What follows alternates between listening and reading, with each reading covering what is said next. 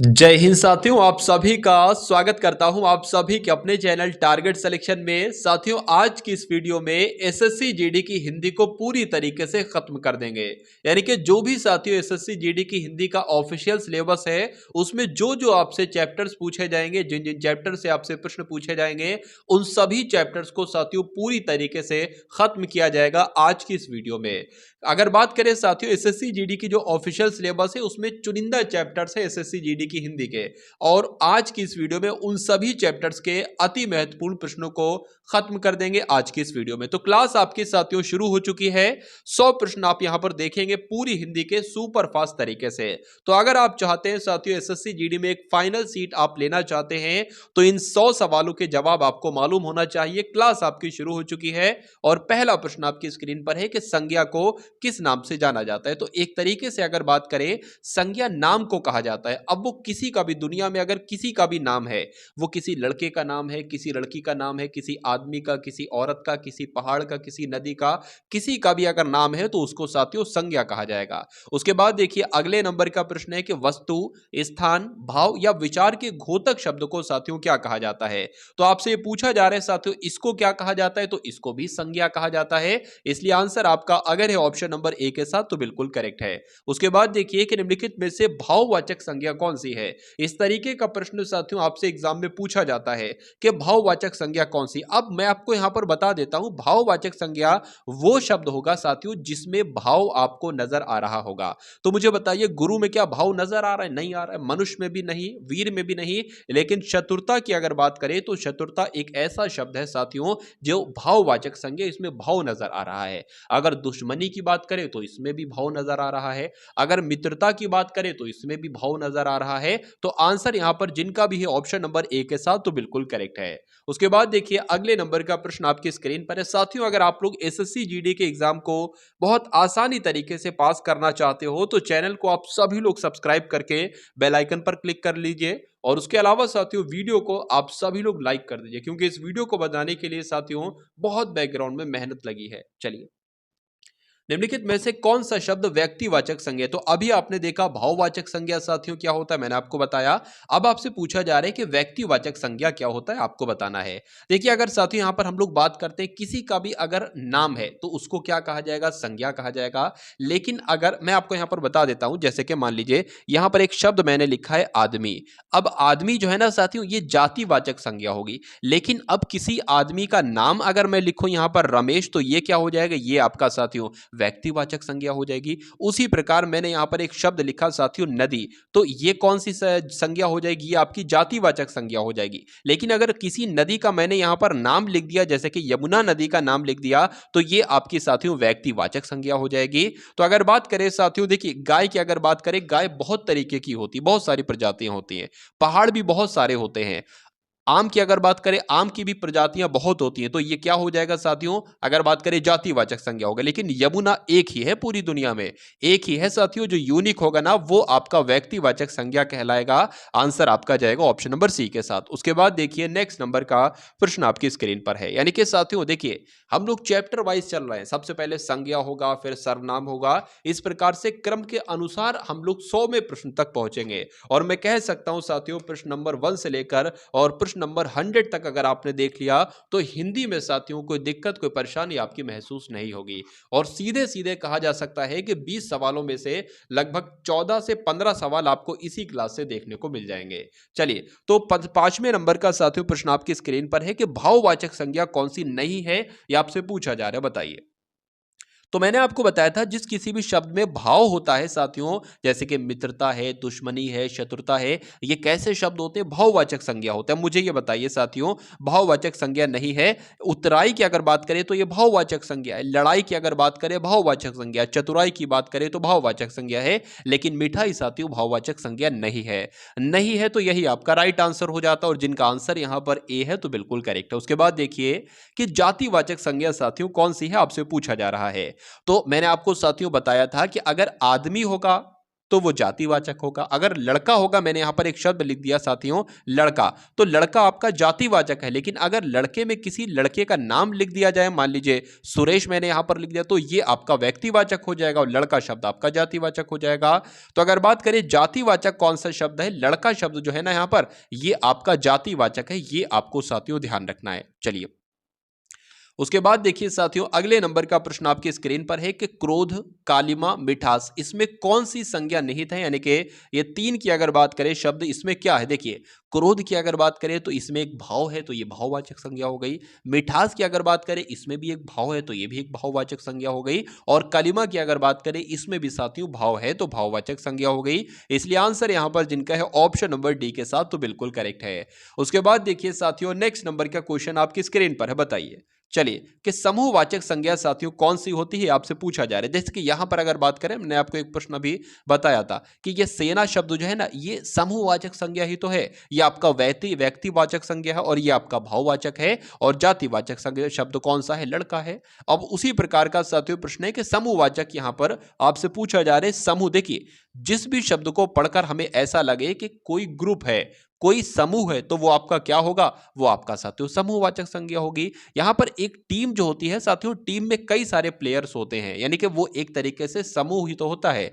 तो कोई भी अगर ग्रुप है तो उसको क्या कहा जाएगा, समूह है, या कोई टीम है उसको साथियों समूहवाचक संज्ञा कहा जाएगा। तो जिनका आंसर यहां पर साथियों ऑप्शन नंबर बी है, सॉरी ए है, तो बिल्कुल करेक्ट भाई, बहुत बढ़िया, वेरी गुड क्लास। अब उसके बाद देखिए कि संज्ञा के स्थान पर प्रयुक्त होने वाले शब्दों को क्या कहा जाता है। जैसे कि मैं आपको यहां पर बता दूं, जैसे कि मेरा नाम साथियों अदनान है और मैं यहां पर लिखूं साथियों अदनान, अदनान पढ़ता है। मैंने यहां पर लिख दिया साथियों अदनान पढ़ता है। अब साथियों दोबारा हमें इसी शब्द का अदनान पढ़ता है, उसके बाद मैं लिखूं अदनान खेलता है, तो अब मैं यहां पर अदनान खेलता है नहीं लिखूंगा दूसरी लाइन में, मैं लिखूंगा मैं खेलता हूं। क्या लिखूंगा, मैं खेलता हूं। अदनान पढ़ता है, मैं खेलता हूं। ठीक है, तो अब साथियों ये संज्ञा है और ये सर्वनाम है, यानी कि इस संज्ञा के स्थान पर साथियों हमने किस शब्द का इस्तेमाल किया, यानी कि जिन शब्दों का इस्तेमाल करते हैं संज्ञा के स्थान पर, उनको क्या कहा जाता है, उनको ही तो साथियों सर्वनाम कहा जाता है। जैसे कि आपने बचपन में गाय पर निबंध पढ़ा होगा। अब पहली वाली लाइन में तो आप लिखते थे कि गाय एक पालतू जानवर है, उसके बाद लिखते थे कि गाय के 4 पैर होते हैं, गाय की सॉरी मैं आपको फिर से बता देता हूं, आप पहली लाइन में तो लिखते थे कि गाय एक पालतू जानवर, उसके बाद साथियों क्या लिखते थे, यह का बार बार इस्तेमाल करते थे हर लाइन में कि इसके 4 पैर होते हैं, इसकी एक पूंछ होती है। तो वहां पर साथियों संज्ञा के स्थान पर आपने जिन जिन शब्दों का इस्तेमाल किया, वही तो आपके सर्वनाम साथियों शब्द कहलाए जाएंगे। तो जिनका आंसर यहां पर ऑप्शन नंबर ए है, तो बिल्कुल करेक्ट है। अब उसके बाद देखिए, मुझे किस प्रकार का सर्वनाम है, आपसे पूछा जाता है। देखिए अगर बात करते हैं साथियों यहां पर पुरुषवाचक सर्वनाम की, तो पुरुषवाचक सर्वनाम 3 प्रकार के होते हैं। पहली बात आपको जो मैं आपको बता रहा हूं वो आपको ध्यान रखना है। एक होता है उत्तम पुरुषवाचक सर्वनाम, उसके अलावा होता है साथियों मध्यम पुरुषवाचक सर्वनाम, और तीसरा होता है साथियों अन्य पुरुषवाचक सर्वनाम। यहां पर देखिए सबसे पहले आप अपनी बात करेंगे, क्या आप अपनी बात करेंगे, उसके साथ बात साथियों आप किसकी बात करेंगे, जो आपके सामने आपका दोस्त खड़ा हुआ है, ठीक है ना। उसके बाद साथियों आप किसकी बात करेंगे, एक अन्य व्यक्ति खड़ा हुआ है जो बिल्कुल साथियों साइड में खड़ा हुआ है। अब अगर आपसे पूछा जाए आप अपनी जब बात करते हैं तो किसका इस्तेमाल करते हैं, मुझे शब्द का इस्तेमाल करते हैं, या मैं शब्द का इस्तेमाल करते हैं, या हम शब्द का इस्तेमाल करते हैं। अब इन तीनों शब्दों में से कोई भी शब्द अगर आपसे पूछा जाएगा कि मुझे किस प्रकार का सर्वनाम है, तो क्या बताओगे, तो उत्तम पुरुषवाचक सर्वनाम बताओगे। अगर पूछा जाएगा हम किस प्रकार का सर्वनाम है, तो उत्तम पुरुषवाचक सर्वनाम बताओगे। ठीक है ना, ये बातें आपको ध्यान रखना है। अब अगर जो आपका दोस्त खड़ा है ना, इसको क्या कह सकते हो साथियों, तुम कहोगे, या आप तुम लोग भी कह सकते हो। तो अगर यहां पर साथियों तुम लिखा होता या तुम लोग लिखा होता तो उसको मध्यम पुरुषवाचक सर्वनाम कहते। अब यहां पर क्या है साथियों, क्या है साथियों, मान लीजिए वह है, इसका इस्तेमाल वही तो करोगे, वह है या वह लोग है या यह है, तो इसके लिए क्या कहोगे साथियों, ये भी आपके इसके लिए भी साथियों अन्य पुरुषवाचक सर्वनाम कहोगे आपको। तो तीनों आपको समझ में आ गए, ठीक है ना। चलिए, तो अगर मुझे लिखा होता, मुझे लिखा हुआ है, ये यहां पर मैं लिखा होता या हम लिखा होता, तो साथियों क्या आप लगाते, उत्तम पुरुषवाचक सर्वनाम लगाते। आंसर आपको ऑप्शन नंबर ए के साथ जाएगा। सर्वनाम के कितने प्रकार होते हैं साथियों, आप लोग ध्यान रखेंगे, जब हम संज्ञा की बात करते हैं तो संज्ञा के कितने प्रकार होते हैं साथियों, 5। और अगर सर्वनाम की अगर साथियों जब हम बात करते हैं तो सर्वनाम के कितने प्रकार होते हैं, 6 प्रकार होते हैं। तो 5 और 6 आप लोग ध्यान रखेंगे। आंसर जिनका यहां पर ऑप्शन नंबर सी है, तो बिल्कुल करेक्ट है। अब उसके बाद देखिए साथियों कि निश्चयवाचक सर्वनाम इसमें से कौन सा है। देखिए निश्चय अगर अगर किसी निश्चित चीज के लिए अगर कोई इशारा करा जा रहा हो, जैसे कि बात करें साथियों यहां पर यह की बात करें कि यह वस्तु मुझे बहुत पसंद है या वह वस्तु साथियों मुझे बहुत पसंद है, तो यह शब्द कैसा हो जाएगा साथियों, ये एक निश्चयवाचक सर्वनाम हो जाएगा, ये आपको ध्यान रखना है। तो कुल मिला के साथियों यहां पर जिनका आंसर यहां पर ऑप्शन नंबर डी है बिल्कुल करेक्ट है। उसके बाद देखिए अनिश्चयवाचक सर्वनाम इसमें से कौन सा है, क्या अनिश्चयवाचक सर्वनाम। तो अब साथियों यहां पर अगर बात करें यह और वह क्या हो गया, ये तो निश्चयवाचक सर्वनाम हो गया। अब अगर साथियों बात करें आपसे कि अनिश्चयवाचक यानी कि जिसके बारे में अभी हमें पता नहीं है, तो उसके लिए हम किसका इस्तेमाल कर सकते हैं, कोई का इस्तेमाल कर सकते हैं। यानी कि कोई कैसा शब्द हो जाएगा, ये आपका एक अनिश्चयवाचक सर्वनाम हो जाएगा, ये आपको ध्यान रखना है। आंसर आपका सी के साथ जाएगा। चलिए अब उसके बाद देखिए साथियों आपसे पूछा जा रहा है कि यह घोड़ा अच्छा है, इस वाक्य में यह क्या है। यानी कि ये साथियों शब्द जो है ना, ये कैसा शब्द है, ये क्या एक संज्ञा है, क्या सर्वनाम है, या क्या विशेषण है, या सार्वनामिक विशेषण है। मैं आपको कुछ यहां पर बात बताने वाला हूं, वो आपको ध्यान रखने। कभी भी आपसे साथियों ऐसे वाक्य लिख दिया जाए कि मान लीजिए जैसे वह पेन, ठीक है, वह पेन अच्छा है या वह पेन मेरा है, ठीक है, या मान लीजिए ये लिख दिया जाए कि यह पेन, यह गाड़ी अच्छी है या वह गाड़ी अच्छी है, तो जो भी ये वाला शब्द होगा ना साथियों, ये वाला शब्द क्या होगा, ये वाला शब्द सार्वनामिक विशेषण होगा। ये बात आप लोग ध्यान रखेंगे, ठीक है ना। तो जिनका आंसर यहां पर डी हो जाता है तो बिल्कुल करेक्ट हो जाता है। अब अगर बात करें साथियों ये विशेषण शब्द क्या होता है, जैसे कि वो उसकी साड़ी बहुत सुंदर है, तो साड़ी की अगर बात करें, साड़ी की विशेषता किस शब्द के द्वारा बताई जा रही है, तो सुंदर शब्द के द्वारा बताई जा रही है, ठीक है। या राजू जो है ना वो काला लड़का है, तो राजू की विशेषता किस शब्द के द्वारा बताई जा रही है, काले के द्वारा बताई जा रही है, तो यहां पर काला एक विशेषण हो जाएगा। सुंदर साड़ी में सुंदर एक शब्द क्या हो जाएगा, वो एक विशेषण हो जाएगा। मोटे आदमी में मोटा शब्द विशेषण हो जाएगा। पतले लड़के में पतला शब्द विशेषण हो जाएगा। तो ये भी आपको मालूम होना चाहिए। और सार्वनामिक विशेषण की जब बात करते हैं तो यह शर्ट मेरी है, इसमें यह शब्द विशेषण हो जाएगा। वह घोड़ा मेरा है या वह घोड़ा अच्छा है, तो वह शब्द क्या हो जाएगा, सार्वनामिक विशेषण हो जाएगा, ठीक है ना। तो साथियों सार्वनामिक विशेषण और विशेषण के बारे में डिफरेंस भी मैंने आपको बता दिया, क्योंकि आपके एग्जाम में साथियों यही से प्रश्न बनेगा। संबंधवाचक सर्वनाम अब आपको बताना है साथियों। देखिए अब जिससे संबंध यानी कि वो जो आ रहा है ना, ठीक है, जो आ रहा है, या कह सकते हैं जो आ रहा है वो मेरा भाई है, ठीक है ना।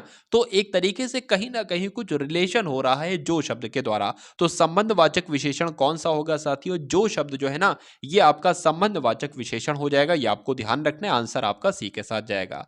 उसके बाद देखिए जो शब्द क्रिया की विशेषता प्रकट करते हैं उन्हें क्या कहा जाता है। अब मैं आपको साथियों बता दूं, क्रिया की विशेषता प्रकट करते हैं, जैसे कि मान लीजिए एक शब्द है कि राजू धीरे धीरे चलता है। राजू, मैंने यहां पर साथियों लिखा राजू धीरे धीरे चलता है, ठीक है, चलता है। अब क्रिया क्या है, क्रिया यही तो होती है। मोहन खेल रहा है तो इसमें क्रिया खेलना हो गई। राजू पढ़ रहा है तो इसमें पढ़ना क्या हो गई, क्रिया हो गई। धीरे धीरे चल रहा है तो चलना क्या हो गई, क्रिया हो गई। पूछा जा रहा है कि क्रिया की विशेषता जो शब्द बताते हैं उनको क्या कहा जाता है। अरे भाई इस क्रिया शब्द की विशेषता इन्हीं ने तो ही तो बताई है साथियों, धीरे धीरे शब्द ने, ठीक है। तो ये क्या शब्द हो जाएगा, यही तो क्रिया विशेषण शब्द कहलाएगा, इसलिए आंसर आपका जाएगा ए के साथ। और सिंपल सा प्रश्न भी बहुत सिंपल सा है कि जो शब्द क्रिया की विशेषता बताते हैं भाई उन्हें क्रिया विशेषण ही तो कहा जाएगा। तो जिनका आंसर यहां पर ए है बिल्कुल करेक्ट भाई, बहुत बढ़िया, वेरी गुड क्लास। अब उसके बाद देखिए कि संगीता प्रतिदिन पढ़ती है, इस वाक्य में क्रिया विशेषण आपसे पूछा जा रहा है। तो अब आप लोग बताइए साथियों, मैं आपको बता चुका हूं पढ़ना है, लिखना है, खेलना है, ठीक है, सोना है, ये सब क्रिया है। और इस क्रिया की विशेषता किस शब्द के द्वारा बताई जा रही है, प्रतिदिन शब्द के द्वारा बताई जा रही है। तो प्रतिदिन साथियों कैसा शब्द हो जाएगा, यही तो आपका क्रिया विशेषण हो जाएगा। तो जिनका आंसर कुल मिला के ऑप्शन नंबर बी है तो बिल्कुल करेक्ट भाई, बहुत बढ़िया, वेरी गुड क्लास। साथियों चैनल को अगर आपने सब्सक्राइब नहीं किया है तो ये बहुत बड़ी साथियों गलती आप लोग कर रहे हैं, क्योंकि आने वाले समय में साथियों वो प्रश्न मैं आपको देने वाला हूं जो डिक्टो आपको साथियों आपके एग्जाम हॉल में प्रश्न पत्र में आपको देखने को मिलेंगे। चलिए मोहन सुंदर लिखता है, इस वाक्य में क्रिया विशेषण क्या है? यानी कि हर एक टॉपिक के हर एक प्रश्न का आज की इस क्लास में ज्ञान आपको हो जाएगा। हिंदी में साथियों अगर एक्सपर्ट न बना दिया 100वें क्वेश्चन तक चलते चलते, तो ये समझ लीजिए साथियों कोई फायदा नहीं मेरे पढ़ाने का।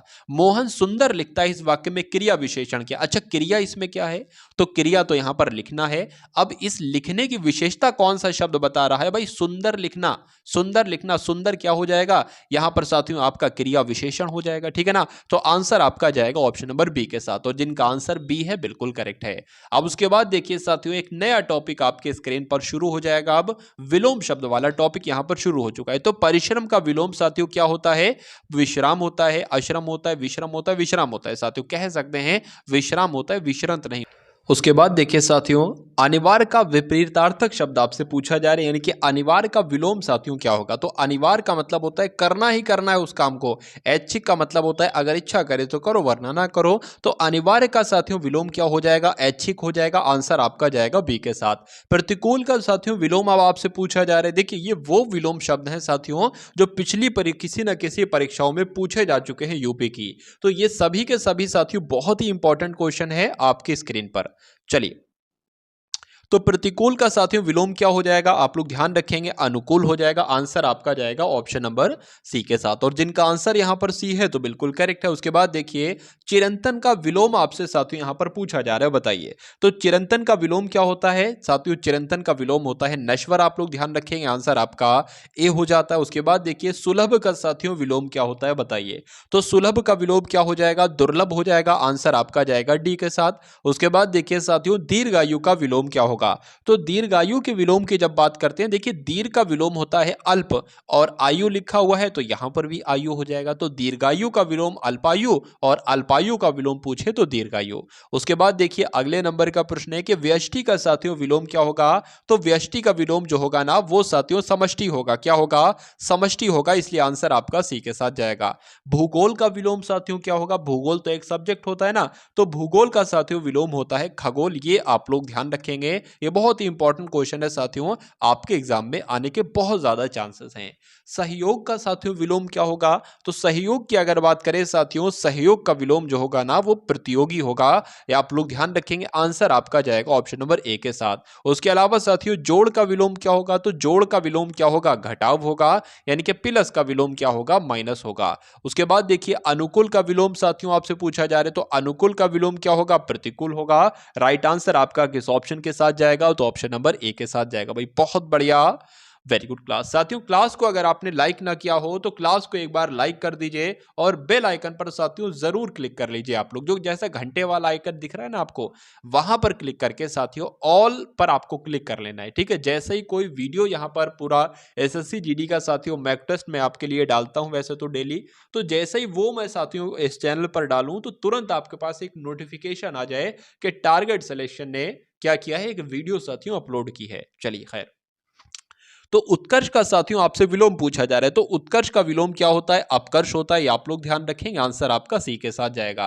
विहित का विलोम साथियों मुझे बताइए। तो विहित का विलोम निषिद्ध होता है, कृत होता है, या साथियों अगर बात करें यहां पर निर्मित होता है या अदिष्ट होता है, बताइए। तो आप लोग ध्यान रखेंगे निषिद्ध होता है, यानी कि विहित का विलोम साथियों निषिद्ध होता है। आंसर आपका ए के साथ जाएगा। और विवाद का विलोम क्या होता है? विवाद का अगर आपसे एग्जाम में प्रश्न पूछ लिया जाए तो विवाद का विलोम होता है निर्विवाद, इसलिए आंसर आपका डी है। पर्यायवाची शब्द का मतलब क्या होता है साथियों? देखिए पर्यायवाची का मतलब होता है सेम मीनिंग। अगर बात करें यानी कि समानार्थी को क्या कह सकते हैं? पर्यायवाची कह सकते हैं, और पर्यायवाची को समानार्थी कह सकते हैं, क्योंकि पर्यायवाची में समान ही अर्थ होता है। सूर्य का पर्यायवाची इसमें से साथियों कौन सा? यानी कि सूर्य के पर्यायवाची की अगर बात करें तो आपको मालूम होना चाहिए मार्तंड किसे कहते हैं साथियों? सूर्य को ही कहते हैं। उसके बाद देखिए अगले नंबर का प्रश्न आपकी स्क्रीन पर है कि बिजली शब्द का पर्यायवाची इसमें से कौन सा नहीं है? तो बिजली के साथियों आपसे पर्यायवाची पूछे जाते हैं। ये आप लोग ध्यान रखेंगे कि बिजली को तड़ित भी कहा जाता है, और बिजली को चंचला भी कहा जाता है, और बिजली को ही दामिनी कहा जाता है। लेकिन साथियों जो वितुंडा है ना साथियों, ये बिजली का पर्यायवाची नहीं है। अब नहीं है तो यही आपका राइट आंसर हो जाता है। उसके बाद देखिए कि प्राची का साथियों पर्यायवाची क्या होगा? तो प्राची का पर्यायवाची क्या होता है? पूर्व होता है। आंसर आपका जाएगा ऑप्शन नंबर सी के साथ। चलिए, उसके बाद देखिए साथियों कि जंगल शब्द का पर्यायवाची यहां पर आपसे पूछा जा रहा है। तो जंगल की अगर बात करें साथियों, क्या कहा जाता है जंगल को? तो कांतार कहा जाता है जंगल को। ये आप लोग ध्यान रखेंगे, आंसर आपका सी के साथ जाएगा। कमल शब्द का पर्यायवाची इसमें से क्या होगा बताइए भाई। तो कमल साथियों अगर बात करें ना, तो कमल को क्या कहा जाता है? इंदिवर साथियों कह सकते हैं, यानी कि इसमें से कमल का पर्यायवाची कौन सा है? तो इंदिवर जो है ना साथियों, ये कमल का ही पर्यायवाची, आंसर आपका डी के साथ। चलिए उसके बाद देखिए कि वर्तनी की दृष्टि से साथियों शुद्ध शब्द कौन सा। यहां पर आप लोग देख पा रहे होंगे साथियों, चैप्टर वाइज प्रश्न चल रहे हैं। तो अब साथियों आपका वर्तनी वाला चैप्टर शुरू हो गया है और वर्तनी के कुछ इंपॉर्टेंट क्वेश्चंस आपसे जो एग्जाम में आपके पूछे जा सकते हैं, वो यहां पर हम लोग साथियों देखेंगे। ठीक है ना। चलिए अब उसके बाद देखिए साथियों, यहां पर आपसे पूछा जा रहा है कि परीक्षा, जैसे कि 4 ऑप्शन में परीक्षा लिखा हुआ है, लेकिन परीक्षा कैसे असल में लिखा जाता है? जैसे ऑप्शन नंबर सी में लिखा हुआ ऐसे साथियों लिखा जाता है। तो जिनका भी आंसर यहां पर ऑप्शन नंबर सी है तो बिल्कुल करेक्ट है। शुद्ध वर्तनी वाला शब्द आपसे यहां पर पूछा जा रहा है। तो साथियों धोबिन कैसे लिखा जाता है?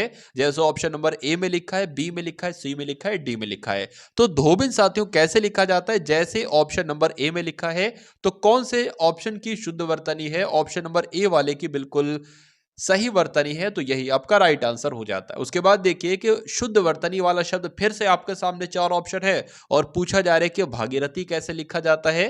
तो भागीरथी की अगर बात करें साथियों, जैसे ऑप्शन नंबर बी में लिखा हुआ ऐसे भागीरथी लिखा जाता है। तो आंसर आपका बी के साथ जाएगा भाई। बहुत बढ़िया, वेरी गुड क्लास।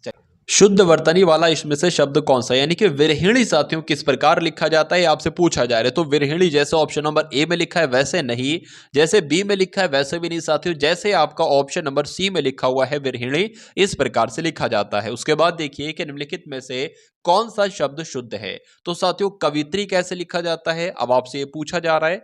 तो कवित्री कैसे लिखा जाता है? का व कव और या में छोटी ई की मात्रा और ता में बड़ी ई की मात्रा त्री। तो कवित्री साथियों जैसे आपका ऑप्शन नंबर बी में लिखा हुआ है वैसे लिखा जाता है। अब उसके बाद देखिए कि निम्नलिखित शब्दों में से कौन सा शब्द शुद्ध है। तो अब आपसे पूछा जा रहा है साथियों विदुषी कैसे लिखा जाता है। तो विदुषी की अगर बात करें कैसे लिखा जाता है विदुषी, जैसे साथियों ऑप्शन नंबर ए में लिखा हुआ है। तो जिनका आंसर यहां पर ऑप्शन नंबर ए है तो बिल्कुल करेक्ट भाई, बहुत बढ़िया, वेरी गुड क्लास। निम्नलिखित में से शुद्ध वर्तनी वाला शब्द आपसे साथियों पूछा जा रहा है। तो कलेश की अगर बात करें साथियों किस प्रकार से लिखा जाता है, जैसे आपका ऑप्शन नंबर सी में लिखा हुआ है ना कलेश, वैसे लिखा जाता है, इसलिए राइट आंसर आपका सी हो जाता है।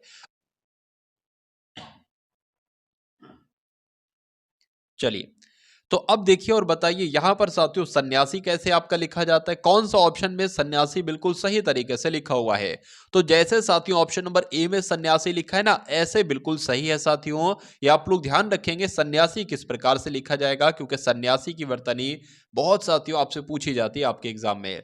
निम्न में से शुद्ध रूप साथियों कौन सा है आपसे पूछा जा रहा है, बताइए। तो हतोत्साहित किस प्रकार से लिखा जाता है साथियों, जैसे आपका ऑप्शन नंबर बी में लिखा हुआ है, ये आपका शब्द बिल्कुल सही हो जाएगा, हतोत्साहित करना। उसके बाद देखिए निम्न में से शुद्ध वर्तनी वाला साथियों, यानी कि अब आपसे पूछा जा रहा है साथियों प्रदर्शनी की वर्तनी किस प्रकार से सही है।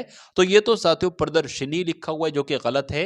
ये आपका साथियों प्रदर्शनी लिखा हुआ है जो कि बिल्कुल सही है। ठीक है ना। तो आंसर आपका किस ऑप्शन के साथ, अगर आपका आंसर ऑप्शन नंबर बी तो बिल्कुल करेक्ट है। साथियों पूरे 100 के 100 सवाल यहां पर हम लोग देखेंगे और ये 100 सवाल साथियों किन किन चैप्टर से होंगे, जो भी आपका ऑफिशियल सिलेबस है उसमें जो जो साथियों, यानी कि पिछली बार अगर बात करें कौन कौन से चैप्टर से आपसे प्रश्न पूछे गए थे, तो उन सभी चैप्टर्स को कवर किया जाएगा साथियों आज की इस वीडियो के माध्यम से। तो 50 प्रश्नों तक का अगर सफर आपने तय कर लिया है तो 100 नंबर में साथियों कोई दिक्कत कोई परेशानी आपको होना नहीं चाहिए। 100 नंबर तक भी आप अपना सफर साथियों तय करेंगे और अपनी हिंदी को मजबूत बनाएंगे, अपनी तैयारी को मजबूत करेंगे। ठीक है ना। चलिए तो शुद्ध वर्तनी वाला शब्द आपसे पूछा जा रहा है, यानी कि मानवीकरण साथियों किस प्रकार से लिखा जाता है। ऐसे लिखा जाता है नहीं, ऐसे लिखा जाता है नहीं, कैसे लिखा जाता है साथियों, जैसे आपका ऑप्शन नंबर सी में लिखा हुआ है। उसके बाद देखिए अगले नंबर का प्रश्न आपकी स्क्रीन पर है, देखिए और बताइए राइट आंसर क्या हो सकता है। चलिए तो यहां पर अगर बात करें साथियों, निम्नलिखित में से एक शब्द की वर्तनी अशुद्ध है, उससे आपसे पूछा जा रहा है। देखिए, उज्ज्वल में मैंने आपको बताया था साथियों कि 2 बार जा आता है और दोनों बार आधा आधा जा है, तो ये तो बिल्कुल सही लिखा हुआ है। कवित्री की अगर बात करें, ये भी बिल्कुल सही लिखा हुआ है। और लेकिन ये साथियों, कवित्री ऐसे थोड़ी ना लिखा जाता है। जैसे आपका कवित्री ऑप्शन नंबर बी में लिखा हुआ है ना, ऐसे कवित्री लिखा जाता है, ऐसे कवित्री नहीं लिखा जाता। और मोक्ष भी बिल्कुल सही है। तो यहां पर साथियों कौन सा शब्द सही तरीके से नहीं लिखा है, जो कि ऑप्शन नंबर सी में है, और यही आपका राइट आंसर है। उसके बाद देखिए कि इनमें से शुद्ध वर्तनी वाला शब्द कौन सा है। तो साथियों देखिए, एसएससी जीडी में एक जो बढ़िया सा एक चैप्टर है, वर्तनी वाला चैप्टर है, और इससे ही लगभग 3 से 4 प्रश्न आपसे पूछ लिए जाते हैं वर्तनी से संबंधित। 3 तो समझ लीजिए साथियों पूछे ही पूछे जाते हैं, 20 में से 3 आपसे लगभग पूछे जाएंगे। तो इसलिए मैं इसको ज्यादा से ज्यादा प्रश्न आज की इस क्लास में लेकर आया हूं वर्तनी से संबंधित। तो अगर बात करें साथियों, आशीर्वाद किस प्रकार से लिखा जाता है, ये आपसे पूछा जा रहा है, बताइए। तो आशीर्वाद कैसे आशीर्वाद होता है साथियों, जैसे आपका ऑप्शन नंबर सी में लिखा हुआ है, ऐसे लिखा जाता है। और जिनका आंसर यहां पर सी था, तो बिल्कुल करेक्ट था भाई, बहुत बढ़िया, वेरी गुड क्लास। साथियों चैनल को आप सभी लोग सब्सक्राइब करके बेल आइकन पर क्लिक कर लीजिए, क्योंकि साथियों जब भी आपका फरवरी में आपका जो एग्जाम है ना, तो ये समझ लीजिए साथियों, अगर आपको एक सीट चाहिए है, यानी कि जो भी आपने, मैं बार बार आपसे कहता हूं कि जो भी आपने फर्स्ट प्रेफरेंस दी थी, वो सीट आपको मिल जाएगी।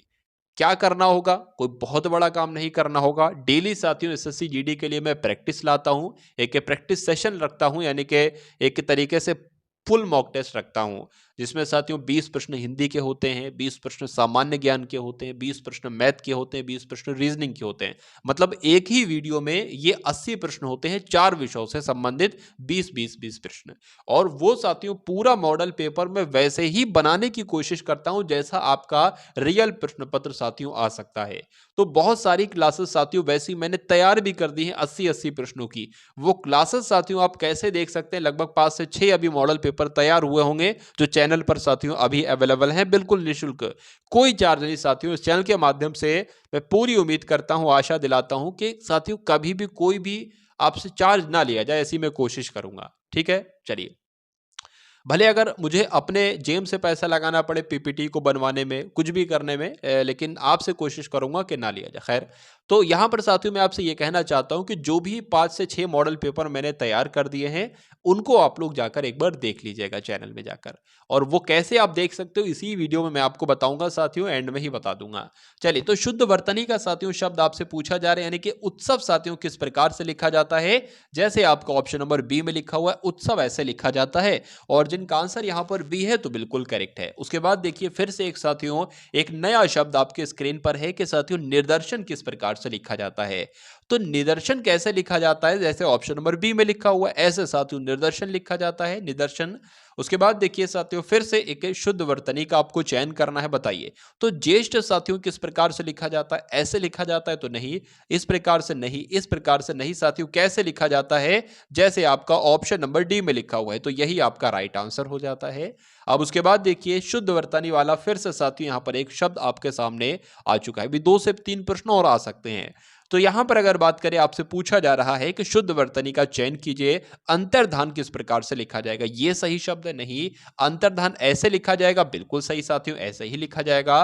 तो आंसर यहां पर बी है, तो बिल्कुल करेक्ट है। उसके बाद देखिए साथियों आपसे पूछा जा रहा है अधर्म कैसे लिखा जाता है। यह कोई शब्द ही नहीं होता है, यह भी कोई शब्द नहीं होता है, यह भी कोई शब्द नहीं होता। अधर्म लिखा जाता है, धर्म और अधर्म। आंसर आपका जाएगा सी के साथ भाई, बहुत बढ़िया, वेरी गुड क्लास। साथियों वीडियो को अगर लाइक ना किया हो, तो वीडियो को आप सभी लोग एक बार लाइक करके अवश्य जाएंगे। चलिए, और शुद्ध वर्तनी वाला शब्द यानी कि अनुक्रम की अगर बात करते हैं साथियों, तो अनुक्रम कैसे होता है, अनुकर्म नहीं होता है ना, अनुक होता है। ठीक है, ये भी गलत आपका हो जाएगा। कौन सा यहां पर सही होगा, अनुक्रम आपका सही होगा। संधि विच्छेद की अगर बात करें तो अनुधन क्रम हो जाएगा। उसके बाद देखिए साथियों अगले नंबर का प्रश्न है कि ऋषि साथियों किस प्रकार से लिखा जाता है। बचपन में आप लोग पढ़ते होंगे ऋण से ऋषि, तो कैसे लिखा जाता है, जैसे आपका ऑप्शन नंबर बी में लिखा हुआ है। अब उसके बाद देखिए साथियों एक नया टॉपिक आपके स्क्रीन पर है कि पीछे पीछे चलने वाला वाक्यांश के लिए एक शब्द आपसे पूछा जा रहा है, क्या हो सकता है। तो उसको तो साथियों हम लोग अनुगामी कहते हैं, जो पीछे पीछे चलता सकता है। इसलिए राइट आंसर आपका ऑप्शन नंबर बी हो जाता है। जिसकी कोई कीमत ना हो सके उसके लिए एक शब्द क्या होता है, तो उसको साथियों अमूल्य कहा जाता है। ये प्रश्न मैं आपको करवा चुका हूं मॉडल पेपर में। तो अमूल्य किसे कहा जाता है, जिसकी कोई कीमत ना हो उसे अमूल्य कहा जाता है। आंसर आपका जाएगा बी के साथ। थोड़ा नपातुला भोजन करने वाला यानी कि जो बहुत कम भोजन करता है उसको साथियों क्या कहा जाता है, बताइए। चलिए, तो अगर बात करें साथियों, जो मांस खाता है उसे मांसाहारी, जो साग सब्जी खाता है उसको शाकाहारी कहा जाता है, और अगर बात करें जो बहुत कम भोजन करता है उसको मिताहारी कहा जाता है। कुल मिला के आंसर जिनका ऑप्शन नंबर सी है तो बिल्कुल करेक्ट भाई, बहुत बढ़िया, वेरी गुड क्लास। अब उसके बाद देखिए, जिसे जीता ना जा सके उसके लिए साथियों एक शब्द यहां पर क्या हो सकता है। तो अगर बात करें साथियों, अजय हो जाएगा। जिसे जीता ना जा सके इसके लिए शब्द क्या होगा, तो अजय होगा। ये आप लोग ध्यान रखेंगे, आंसर आपका जाएगा ए के साथ भाई, बहुत बढ़िया, वेरी गुड क्लास। जिस स्त्री का पति जीवित है उसके लिए उपयुक्त शब्द आपसे पूछा जा रहा है। तो अगर बात करें साथियों, जिस स्त्री का पति जीवित है उसको साथियों क्या कहा जाएगा, जिस स्त्री का पति जीवित है उसको सधवा कहा जाएगा, और जिस स्त्री का पति नहीं जीवित है मर गया है तो उसे विधवा कहा जाएगा। तो इस प्रकार से आपसे यह भी पूछा जा सकता है कि विधवा का विलोम क्या होता है, तो सधवा होता है, और सधवा का विलोम क्या होता है, तो विधवा होता है। चलिए, उसके बाद देखिए नेक्स्ट नंबर का प्रश्न है कि जो सब कुछ जानता है, क्या साथियों, जो सब कुछ जानता है उसके लिए एक शब्द आपसे पूछा जा रहा है, तो बताने की कोशिश कीजिए, बताइए। तो उसको तो साथियों सर्वज्ञ कहा जाता है। जो सब कुछ जानता है ना उसको उसको सर्वज्ञ कहा जाता है। नेक्स्ट नंबर का प्रश्न है कि जिसके सिर पर चंद्र हो उसके लिए साथियों एक शब्द यहां पर क्या हो सकता है। तो जिसके सिर पर चंद्र हो उसके लिए एक शब्द आपसे पूछा जा रहा है, तो उसको तो साथियों चंद्रशेखर कहा जाता है। राइट आंसर अगर आपका है ऑप्शन नंबर बी तो बिल्कुल करेक्ट है। जिसके हृदय में ममता नहीं है साथियों उसके लिए एक शब्द आपसे पूछा जा रहा है, तो आप लोग ध्यान रखेंगे, जिसके हृदय में ममता नहीं है उसको निर्मम कहा जाएगा। राइट आंसर आपका जाएगा ऑप्शन नंबर सी के साथ। दिशाएं ही जिनका वस्त्र हो उनको क्या कहा जाता है, बताइए भाई साहब। चलिए, तो दिशाएं ही जिनका वस्त्र हो उनको क्या कहा जाएगा, उनको साथियों दिगंबर कहा जाएगा। तो दिगंबर साथियों किसी किसी का नाम भी होता है। तो दिगंबर का मतलब क्या होता है, दिशाएं ही जिनका वस्त्र है उनको दिगंबर कहा जाता है, आप लोग ध्यान रखेंगे। अगर बात करें साथियों, दिगंबर और श्वेतंबर दो नाम आपने जरूर सुने होंगे, ठीक है। चलिए, उसके बाद देखिए, दो जो स्त्री सूर्य भी ना देख सके उसके लिए एक शब्द क्या होगा, ये आपसे पूछा जा रहा है। बढ़िया साथियों, एक क्वेश्चन आपकी स्क्रीन पर है, तो उसको क्या कहा जाएगा, असुर पश्य कहा जाएगा, ये आप लोग ध्यान रखेंगे। राइट आंसर आपका जो जाएगा वो ऑप्शन नंबर डी के साथ जाएगा भाई, बहुत बढ़िया, वेरी गुड क्लास। जो युद्ध में स्थिर रहता हो उसको क्या कहा जाएगा, तो जो युद्ध में स्थिर रहता है उसके लिए एक शब्द क्या होगा साथियों, युधिष्ठिर होगा। ये आप लोग ध्यान रखेंगे और याद रखेंगे, आंसर आपका जाएगा ऑप्शन नंबर सी के साथ। पाव बारह होना, इस मुहावरे का साथियों अर्थ आपको बताना है क्या हो सकता है। तो पाव बारह होने का मतलब क्या होता है, बहुत ज्यादा जब लाभ होता है साथियों तो कहा जाता है कि पाव जो है वो 12 हो गए, यानी कि आंसर कुल मिला के आपका जो जाएगा वो ऑप्शन नंबर सी के साथ जाएगा। बांझ क्या जाने प्रसव की पीड़ा, इसका मतलब साथियों क्या होता है, बताने की कोशिश कीजिए। दूसरों का दुख दर्द नहीं समझना, या सहानुभूति नहीं दिखाना, या संताहीन होना, या जिस पर बीतती है वही जानता है। ये बात तो साथियों बिल्कुल सही है, जिस पर बीतती है वही जानता है, यानी कि बांझ क्या जाने साथियों प्रसव की पीड़ा। तो कुल मिला के साथियों जिनका आंसर यहां पर डी है तो बिल्कुल करेक्ट है। उसके बाद देखिए, कान का कच्चा होना, ये एक मुहावरा है और उस मुहावरे का मतलब आपसे पूछा जा रहा है क्या होता है। तो बहरा होना ऐसा होता है साथियों, सुनी सुनाई बातों पर भरोसा कर लेना, इसको कहते हैं कान का कच्चा होना, या सभी पर अविश्वास करना, या कम सुनाई देना साथियों। तो कहा जा सकता है कि कान का कच्चा होने का मतलब होता है कि सुनी सुनाई बातों पर भरोसा कर लेना। आंसर आपका बी के साथ जाएगा। घुटने टेकना, मुहावरे का मतलब क्या होता है, अब आपसे ये पूछा जा रहा है साथियों। तो हार मान लेना साथियों, घुटने टेकने का आप लोग ध्यान रखेंगे मतलब होता है। अभी साथियों लेखक और उनकी रचनाओं से संबंधित भी प्रश्न आएंगे, ठीक है ना, तो उसको भी आप लोग देखकर जाइएगा। तो घुटने टेकने का मतलब हार मान लेना होता है, और खिचड़ी पकाने का मतलब साथियों क्या होता है, तो खिचड़ी पकाने का मतलब भोजन बनाना होता है, दाल चावल मिलाकर बनाना होता है, या किसी षड्यंत्र की तैयारी करना होता है, या किसी के लिए खाना पकाना होता है। तो कहा जाता है साथियों, कहा जाता है कि जब कोई षड्यंत्र कोई तैयार करता होता है तो कहा जाता है, दूसरे लोग कहते हैं भाई खिचड़ी पक रही है, भाई खिचड़ी पक रही है, ठीक है। तो कुल मिला के आंसर आपका जो जाएगा वो ऑप्शन नंबर सी के साथ जाएगा। सब्ज बाग दिखाने का मतलब साथियों क्या होता है बताइए। तो सब्ज़-बाग दिखाने का मतलब क्या होता है साथियों? प्रलोभन देना। साथियों क्या देना? प्रलोभन देना, इसलिए आंसर आपका सी हो जाता है। खुदा गंजे को नाखून ना दे, ये एक लोकोक्ति है और इस लोकोक्ति का साथियों मतलब आपसे पूछा जा रहा है बताइए। तो छोटे आदमी का प्रेम अस्थिर होता है? नहीं। लज्जित होकर दूसरों पर क्रोध न निकाले, एक दोष पहले से था दूसरा और आ गया? नहीं। अत्याचारी को शक्ति नहीं मिलनी चाहिए साथियों, ये बिल्कुल सही है। खुदा गंजे को नाखून न दे, तो इसका मतलब साथियों हो जाएगा अत्याचारी को शक्ति नहीं मिलनी चाहिए, जिनका आंसर यहां पर डी तो बिल्कुल करेक्ट है। कभी नाव गाड़ी पर, कभी गाड़ी नाव पर, इसका लोकोक्ति का मतलब साथियों क्या होता है बताइए। चलिए, तो देखिए कभी नाव गाड़ी पर यानी कि कभी नाव गाड़ी पर, कभी नाव मदद कर रही है गाड़ी की और कभी गाड़ी मदद कर रही है नाव की, यानी कि एक दूसरे की सहायता करना साथियों क्या कहलाया जाता है? कभी नाव गाड़ी पर और कभी गाड़ी नाव पर कहलाई जाती है। तो आंसर यहां पर आपका जो जाएगा वो ऑप्शन नंबर बी के साथ जाएगा।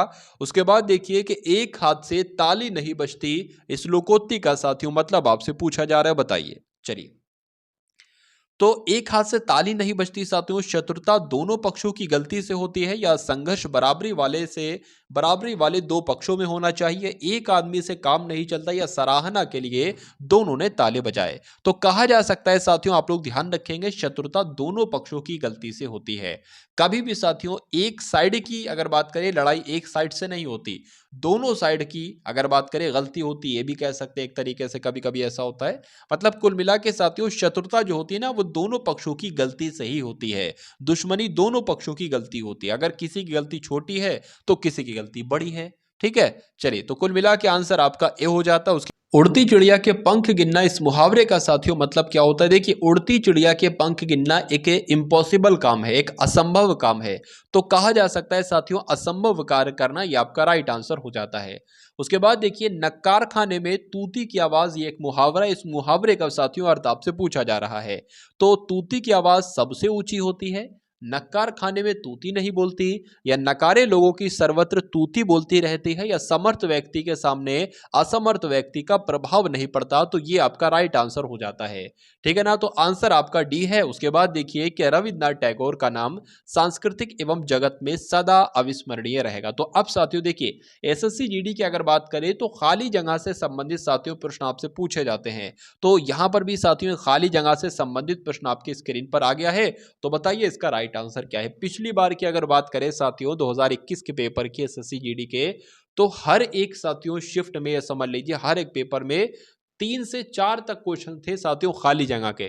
तो इन खाली जगह के प्रश्नों को आप जरूर देखिएगा और देखिएगा कि आप क्या सही कर पा रहे हैं इनको। चलिए, तो रविन्द्रनाथ टैगोर का नाम सांस्कृतिक एवं दर्शन जगत में सदा अविस्मरणीय रहेगा, या संगीत जगत में, या साहित्यिक जगत में, या साथियों चित्रकला जगत में?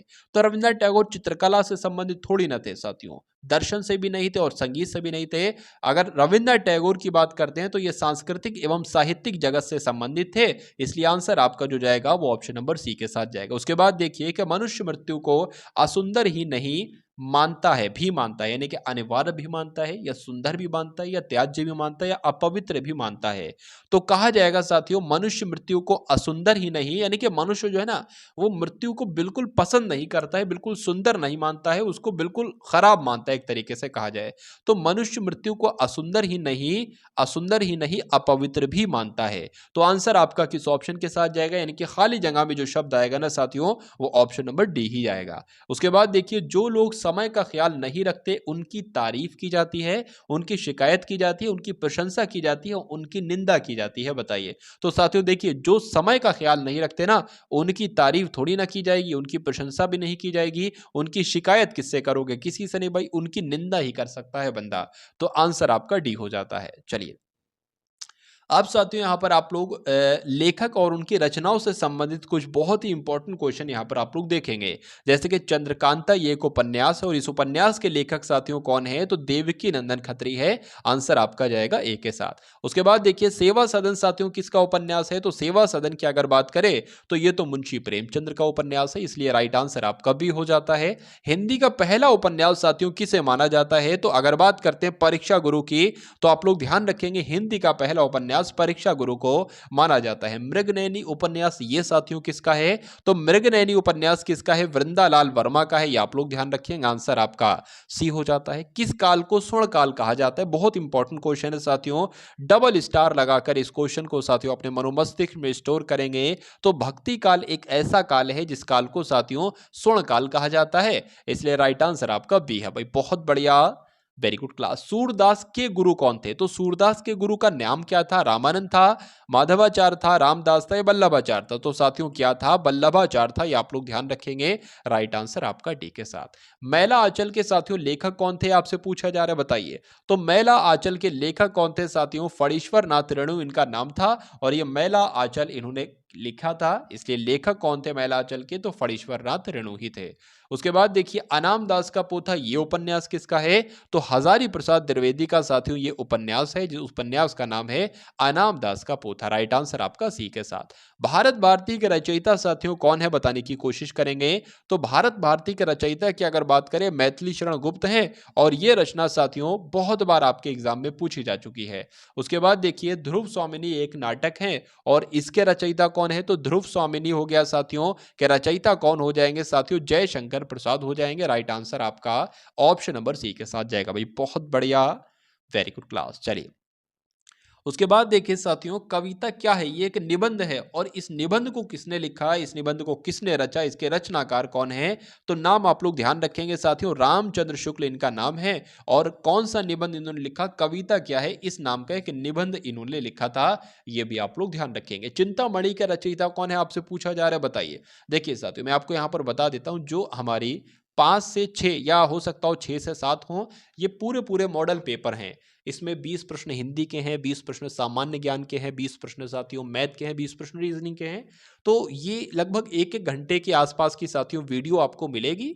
एक एक घंटा है, 50-50 मिनट भी है साथियों, 45-45 मिनट भी है। तो एक एक क्लास में साथियों पूरा पूरा पेपर को मैंने सॉल्व करवाया है।